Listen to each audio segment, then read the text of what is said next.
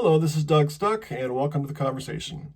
Last week we talked about hope. We asked, is there real hope, and can it be found? And we said yes. Real hope amongst a lot of counterfeit Christianity in our culture and in our churches is found in the central message of the Bible, which is the gospel of Jesus Christ. So we said this week we were going to begin to answer the question, what is the gospel? So I want to borrow from John Piper, Pastor John Piper. He said there are 4 points in understanding what the gospel is. Those points are God, sin, Jesus, and faith. So we're going to talk about those points, and in this video, we'll start with point number 1 and talk about God.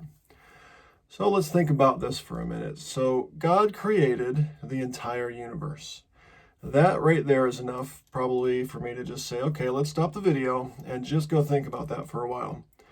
That is absolutely astounding to think about. He created the universe out of nothing. But let's think about it. So let's think big. Let's think about the vast expanse of space and the endless amount of stars. There are literally trillions and trillions of stars.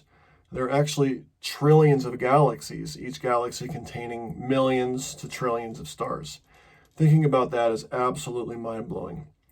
And then let's think small. How about the basic building blocks of all matter? The small particles, molecules, atoms, protons, neutrons, electrons. So God shows in creation infinite largeness and infinite smallness, and just crazy amount of small particles and huge stars. And thinking about that, again, mind-blowing. God created you. He created me. He created all the animals, every fish in the sea, every bird in the sky. Let's think about the knowledge of God. Let's think about science, nature, the laws of nature that govern how things work, music, the laws that go behind music and how it works, and math. I know I went up to pre-calculus. I really got lost in pre-calculus. Math is in itself kind of mind-blowing. And so God shows his incredible intelligence and his structure in all these things. The power of God. Think about a thunderstorm or a hurricane or a tornado. And maybe you've been in a big storm like that, and it's a little scary because it's pretty powerful. And the ocean, power of the waves. God is beautiful. He shows us his beauty in creation as well. Every morning there's a new sunrise. Every evening there's a new sunset. Think about the mountains or the woods or the oceans again, or Niagara Falls. Think of the most beautiful thing you've ever seen in this creation and think, God created that. And so he shows us his beauty in creation. He shows us his kindness in creation. A cool breeze on a hot day, or a warm blanket, a hot fire, and a cup of hot cocoa on a cold day. The fact that food tastes really good. It doesn't have to taste good, but he made it that way. The flowers smell so beautiful. He didn't have to make them look or smell so beautiful, but he did. Simple things like even the feeling of grass between your toes. So God shows us his kindness in creation. And let's think about the word holy. We've heard the word holy maybe in church or maybe in songs. And what does that word mean? It means set apart. I heard it put this way, Pastor Paul Washer, he put it this way. If you were to take the greatest, most glorious, most powerful angel of heaven and compare it to an earthworm, which one of the two would be more like God? The answer is neither one, because God is so far above any other creature in all creation that there's no point in even comparing even an earthworm to the highest angel of heaven. Neither one is anywhere near to the greatness and the power and the awesomeness and beauty and glory of God. So I really think we need to realize who it is that we're dealing with here.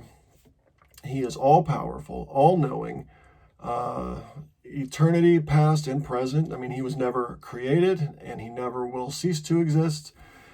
Let's think about it this way. So who can stand before the sun? Okay, the sun is 93 million miles away, and it burns us if we're out in it too long. If we were any closer, we would burn to death. And being 93 million miles away is that powerful, we can't even look at it. So what's more glorious, the sun or the God who created it?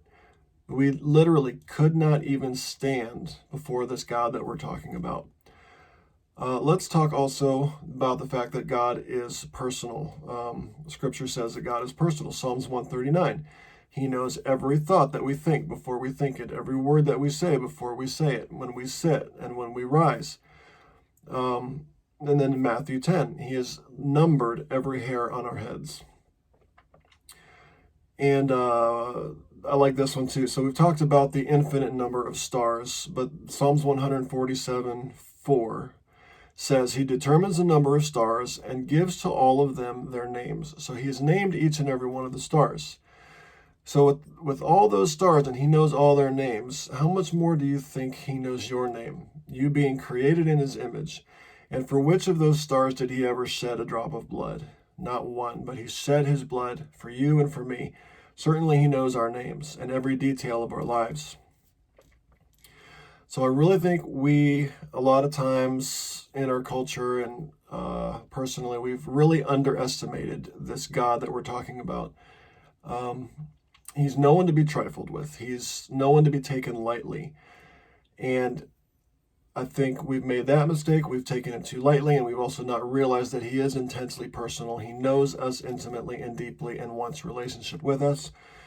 So let's really try to get a grasp, try to internalize this, the power of God, the beauty of God, the kindness of God, the love of God, and the intense personal nature of God, that he wants to be personal with each of us.